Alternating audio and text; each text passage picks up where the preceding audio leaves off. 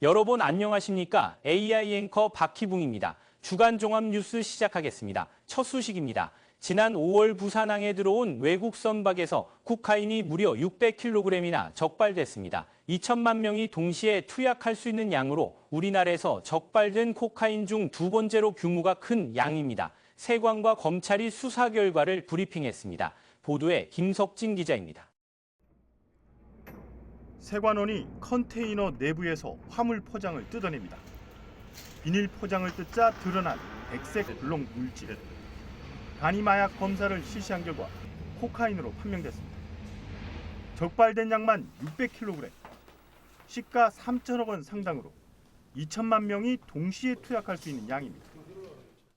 본건 코카인은 국제 마약 조직에 의해 중남미에서 선적되어 제3국에서 회수할 예정이었으나 불상의 이유로 회수되지 못한 채 부산 신안까지 오게 된 것으로 확인되었습니다. 이번에 적발된 코카인은 부산항 역대 최대 규모입니다. 검찰은 선장과 선원 27명에 대해 조사를 벌인 결과 코카인과는 관련성이 없는 것으로 보고 있습니다. 코카인의 최종 목적지도 한국이 아닐 가능성이 높다고 변론했습니다. 먼저 코카인이 은닉되어 있던 컨테이너 이동 경로를 추적한 결과 컨테이너가 실려있던 화물선은 고정된 항로와 일정으로 움직이는 정기선으로 중남미에서 출발해 일본 등을 거쳐 부산에 도착하였고 최종 목적지는 중국이었습니다. 코카인 포장 비닐과 컨테이너 내부에서 지문 137점이 채취됐는데 국내인과 일치하지 않은 것으로 확인됐습니다. 검찰은 단속 자료를 미국 마약 단속국에 제공하는 등 해외 수사기관과 공조해 국제 마약 조직을 추적 중이라고 밝혔습니다. 한편 관세청에 따르면 지난 4월 강릉 옥계항에서 1,700kg의 마약이 적발되는 등 올해 상반기에만 국경 단계에서 총 617건, 2.6톤의 마약이 적발됐고 이는 지난해와 비교해 8배 증가한 것으로 나타났습니다. BTV 뉴스 김석진입니다. 광안리 해수욕장에 7월 한 달간 163만 명이 다녀간 것으로 나타났습니다. 지난해 같은 기간보다 40만 명 가까이 늘어났는데요. 주말 상설 드론쇼와 바다영화관 등 밤에도 보고 즐길 거리가 늘어나면서 젊은 층의 호응을 이끌어내고 있습니다. 박재한 기자입니다. 광안대교를 배경으로 1000대의 드론이 날아올라 밤바다를 수놓습니다. 인기 캐릭터 카카오 프렌즈가 여름을 즐기는 모습이 연출됩니다. 드론이 그려낸 캐릭터들은 백사장으로 그대로 옮겨졌습니다. 수영구는 8월 말까지 캐릭터 포토존을 운영해 비서객에게 이색 볼거리를 제공합니다. 저희는 올해 해파리 유입 방지 그물망을 설치를 해서 안전한 광안리로 만드는 데 일단 주력을 했고요. 나머지 야간 행사들 그리고 특히 젊은 분들이 트렌디한 곳에서 좀 더 인생샷을 즐길 수 있는 여러 가지 행사들이 마련되어 있습니다. 그래서 조금 젊은 분들에게 특히 호응이 많은 것으로 그렇게 예측이 되고 있습니다. 광안리는 밤이 더 아름다운 해수욕장으로 불립니다. 해수욕장 개장 기간인 7월과 8월, 주말 밤 9시부터 밤 11시 반까지 해변로의 차량 진입이 금지되는 차 없는 거리가 운영되고 그 자리에 다양한 공연이 열려 피서객과 시민들의 인기를 얻고 있습니다.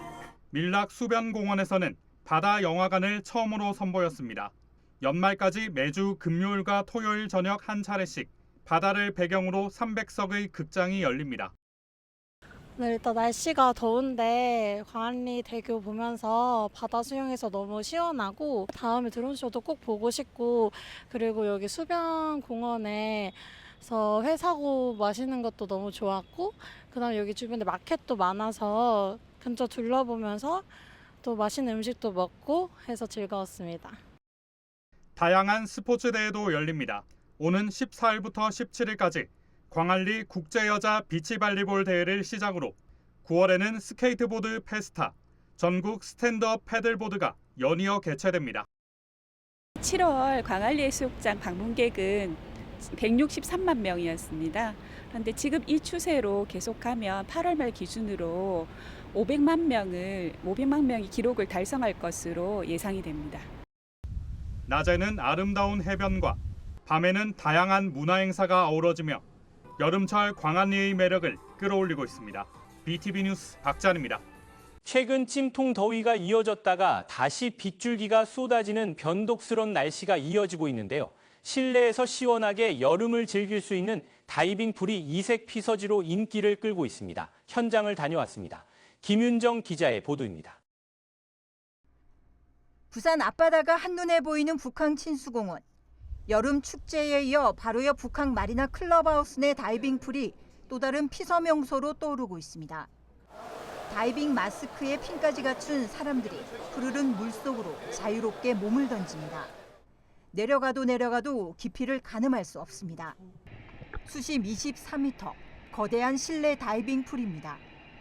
부산항만공사가 북항 재개발 부지에 조성한 곳으로 부울경 지역에서 가장 깊은 수심을 자랑하는 최대 규모의 다이빙 전용 풀입니다. 프리다이빙은 물론 스킨스쿠버 동호인들의 성지로 떠올랐습니다. 체험 다이빙에서부터 강사까지 다 있어서 아무나 와서 언제든지 즐길 수 있습니다. 경기도 이남에서는 저희가 23m로 제일 깊고요. 그러니까 한국에서 세 번째고 그렇기 때문에 동호인들 또 이렇게 배우시는 분들이 굉장히 많이 찾고 있습니다. 초보자를 위한 교육도 함께 진행돼 여름 휴가철을 맞아 전국에서 찾아온 여행객들까지 다이빙 세계를 접하기 위한 발길이 이어지고 있습니다. 휴가 때 여자친구랑 와서 왔는데 처음 이렇게 윤희영 강사님께 강습 받으니까 너무 재밌고 프리다이빙 굉장히 재밌는 것 같고요. 앞으로 바다에 가서 할 수 있게 좀 연습해가지고 다녀보겠습니다. 따로 마련된 수영장에는 방학을 맞은 아이들로 연일 붐빕니다. 기초 수영법부터 생존 수영까지 실력 쌓기가 한창입니다. 뜨거운 햇살과 높은 습도를 피해 시원한 물속에서 즐기는 실내 여름. 스릴과 배움, 휴식이 함께하는 이색적인 수중 체험 공간이 도심 속 휴가지로 각광받고 있습니다. BTV 뉴스 김윤정입니다. 만덕삼 터널 개통 이후 만덕동 주민들이 소음과 먼지, 빛 반사 민원을 지속적으로 제기하고 있습니다. 방음벽이 있지만 제 기능을 못하기 때문인데요. 주민 고통을 줄일 공사가 곧 시작된다고 합니다. 장동원 기자입니다.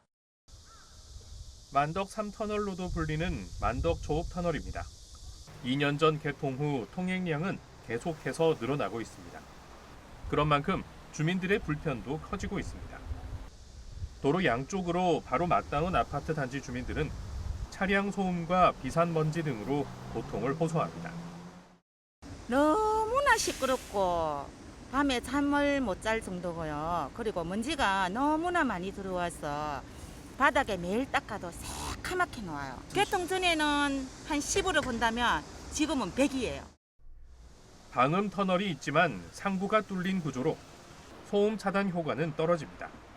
특히 지붕과 벽면 유리가 빛을 반사해 각 가정에서는 커튼을 칠 수밖에 없습니다.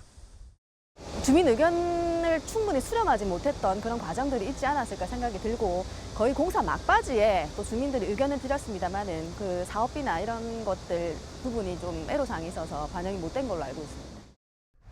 오는 9월 이를 해소하기 위한 공사가 시작됩니다. 방음 터널 지붕을 덮어 밀폐형으로 바꾸고 외부에는 빛 반사를 줄이는 필름을 부착하게 됩니다. 또 터널 내부 화재 발생 시 불이 번지지 않도록 하는 한편 소음 피해가 큰 아파트 단지에는 방음벽을 설치합니다. 부산시 의회 김효정 의원은 지난 6월 관련 예산 28억 원을 본 예산에 반영한 데 이어 최근 특별교부금 8억 5천만 원을 추가 확보해 착공이 가능해졌습니다. 실시 설계하는 과정에 소음 측정을 다 해서 시뮬레이션을 다 했습니다. 특히 야간 시간에는 그 소음 기준치 이하로 떨어지는 것으로 이렇게 다 나왔기 때문에 기대를 하고 있습니다. 공사는 내년 2월 마무리될 예정입니다. BTV 뉴스 장동원입니다. 국내 유일의 기후 환경위기 전문 영화제죠. 하나뿐인 지구영상제가 올해 4회째를 맞아 부산 영화의전당에서 개막합니다. 개막을 앞두고 열린 기자회견장을 김석진 기자가 다녀왔습니다. 올해 하나뿐인 지구영상제의 주제는 희망입니다. 기후위기 속에서도 희망을 찾자는 의미입니다.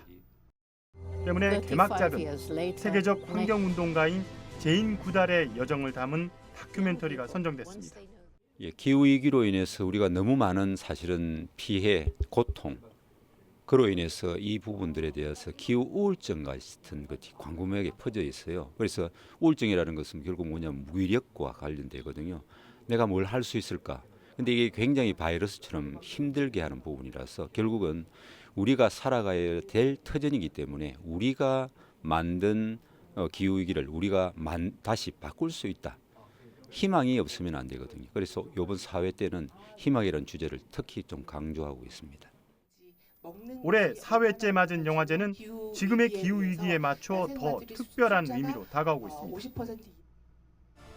폭염과 폭우 등 이상 기후로 인한 재난이 현실이 된 지금 이를 자각하고 희망을 찾아야 하는 이유를 제시하고 있기 때문입니다.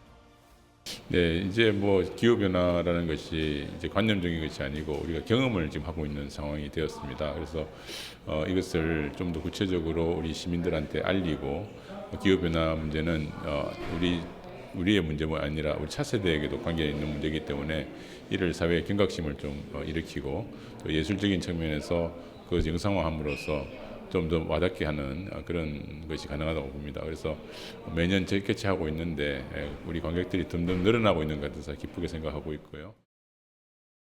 올해 영화제 경쟁 부문엔 역대 최대 규모인 138개 나라 2,300여 편의 영화가 출품됐습니다. 이 중 20개 나라에서 초청한 49편의 영화가 상영됩니다. 영화제를 통해 최초 공개되는 작품만 28편에 이르고 이 중 3편은 세계 최초로 선보입니다.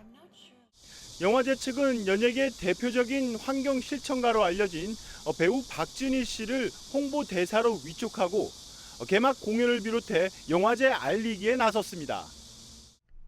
폐막작은 상영작 중 영화제 주제에 충실하고 관객들의 반응이 좋은 작품을 선정할 계획입니다.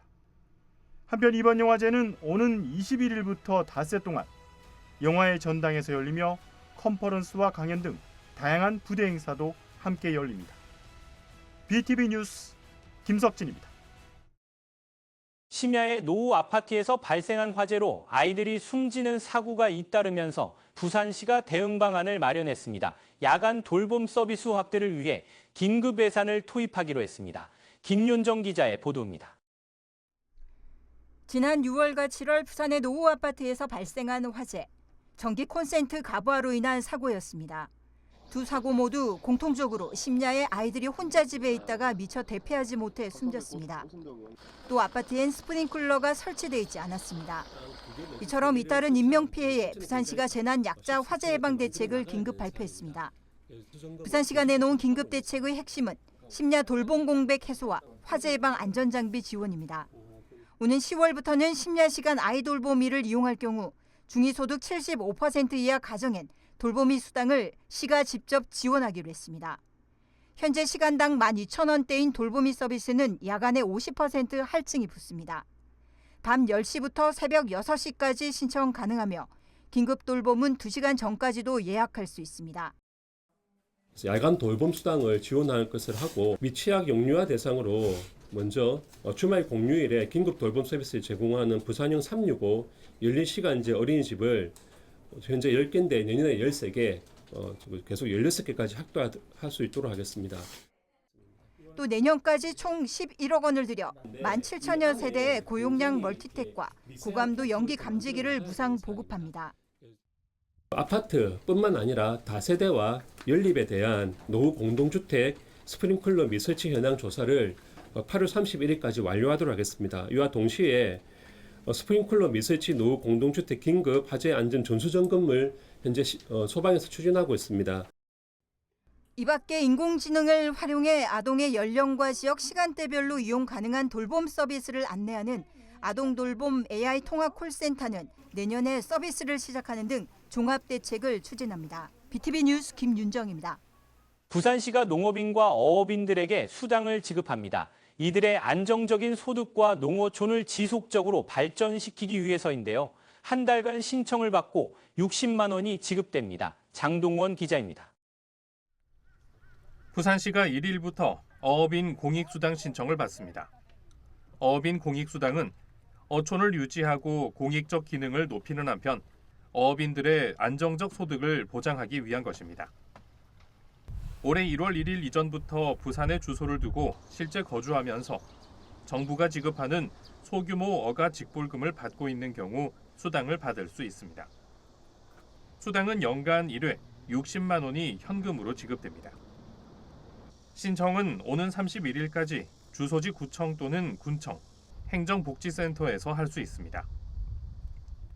앞서 지난달 21일부터는 농업인 공익수당 신청이 시작됐습니다. 농업인 역시 연간 60만 원이 지급되고 기본형 직불금을 수령하는 농가를 대상으로 합니다. 신청은 오는 20일까지입니다. 수당 지급은 농업인과 어업인 모두 실태 점검 등을 거쳐 12월부터 진행될 예정입니다. 부산시는 지난해 9월 관련 조례를 마련하고 올해 추경에 예산을 반영하면서 처음으로 수당 지급이 가능해졌습니다. 부산 지역 수당 지급 대상자는 농업인 5,900여 명, 어업인 950여 명인 것으로 파악되고 있습니다. BTV 뉴스 장동원입니다.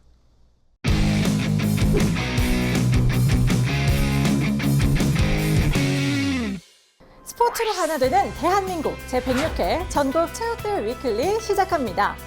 언어와 국경은 달라도 열정만큼은 하나. 전국체전은 이제 국경을 넘어서 세계 속의 스포츠 축제로 자리 잡고 있습니다. 세계 곳곳의 한인 동포들과 해외 팬들까지 땀과 우정을 나누는 글로벌 축제이기도 한데요. 알고 보면 더 재미있는 전국체전에서 자세한 이야기 살펴볼까요? 해외 동포 선수단이 전국체전에 본격적으로 참여한 건 1989년 제70회 대회부터였습니다. 그 뒤 제80회 대회부터 참가 규모가 점차 확대됐고 제100회 대회에서는 18개국 약 1,800여 명이 참가하며 역대 최대 규모를 기록했습니다. 참가국 중에는 미국 선수단이 가장 많고 일본, 중국, 인도네시아 선수단도 매년 출전하며 전국체전은 이제 세계와 함께 뛰는 글로벌 스포츠 축제로 거듭나고 있습니다. 이번 전국체전에는 무려 3만여 명의 선수들이 함께합니다. 하지만 그중에는 잘 알려진 인기 종목들만 있는 건 아닌데요. 조금은 낯설고 생소하지만 그만큼 매력적인 이색 종목들이 있습니다. 경기장 밖 진짜 이야기에서 만나보시죠. 오늘 찾은 곳은 사직 실내 수영장. 부산을 대표할 핀수영 유망주들이 이곳에 모였습니다. 선수들이 착용하고 있는 이 장비, 바로 모노핀인데요. 입구가 좁아 신기 어렵지만 그 불편함을 견디는 순간 물살을 가르는 속도가 시작됩니다. 이게 잘 사이즈도 작고 잘 안 들어가서. 윤활제 같은 건가요? 네. 발가락이 너무 아프고 잘 안 빠져서.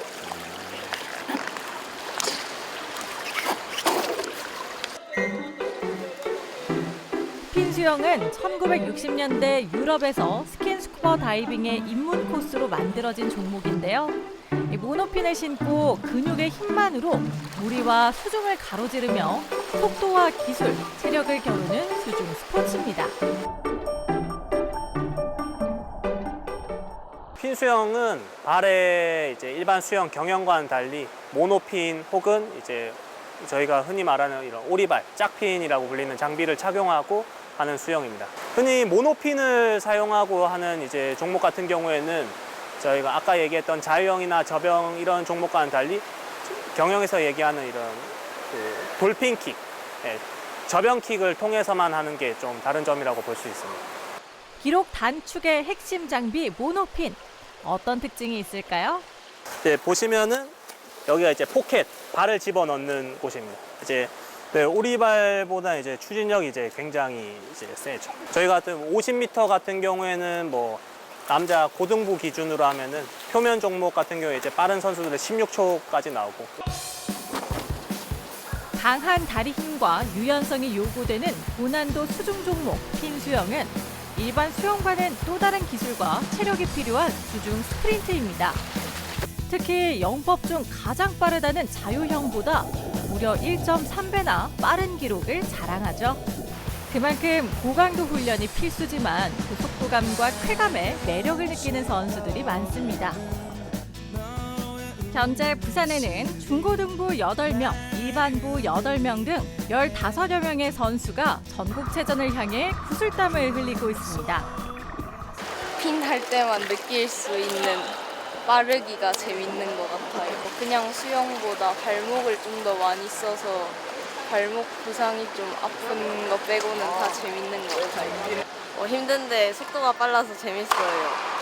힘들 때도 있는데 다른 선배들도 저처럼 힘들게 할 거라고 생각하면 저도 열심히 하면 될 것 같아요. 네. 저도 한번 전국체전에 나가보고 싶어요. 애들이 활발해가지고 네, 힘이 좀 나는 것 같아요. 화이팅! 지상 훈련도 빠질 수 없죠. 물속 스피드를 끌어내기 위해선 강한 하체 근력과 코어 중심의 균형 감각이 필수입니다. 바벨 웨이트, 밴드 트레이닝까지 입술 깨물며 참고 버티는 훈련 속에 미래의 메달리스트들이 나고 있습니다. 힘든데 그래도 힘든 게 계속 지속되면 성장하니까 열심히 하는 것 같아요. 포기하지 않고 전국체전에서 1등 할 수 있도록 열심히 하겠습니다. 화이팅! 이번 전국체전 부산에서 하는 만큼 꼭 메달 따도록 하겠습니다. 화이팅! 승부는 경기장에서 갈리지만 진짜 이야기는 그 밖에서 시작됩니다. 멀리 해외에서 달려온 동포 선수들과 매력적인 이색 종목들까지 모두가 함께 즐기고 함께 만들어가는 전국체전. 앞으로도 더 많은 소식 전해드릴 테니까요. 더 많은 응원 보내주세요.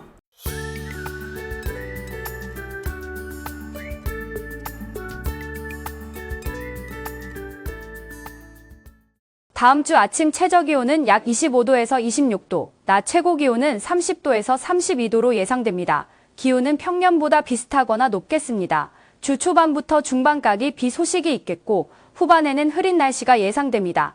부산에는 폭염주의보가 발령되어 있어 특히 낮 시간 동안에는 더위와 열사병에 유의하시기 바랍니다. 이상 다음 주 날씨 정보였습니다.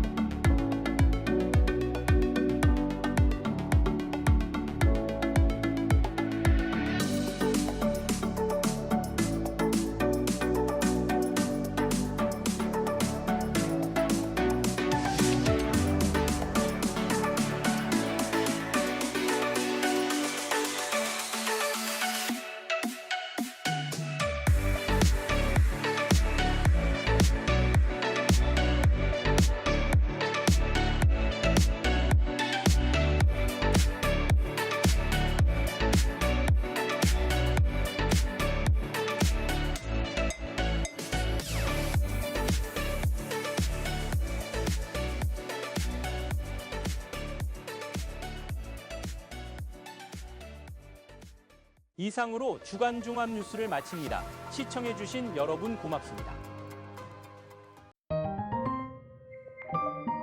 채널 BTV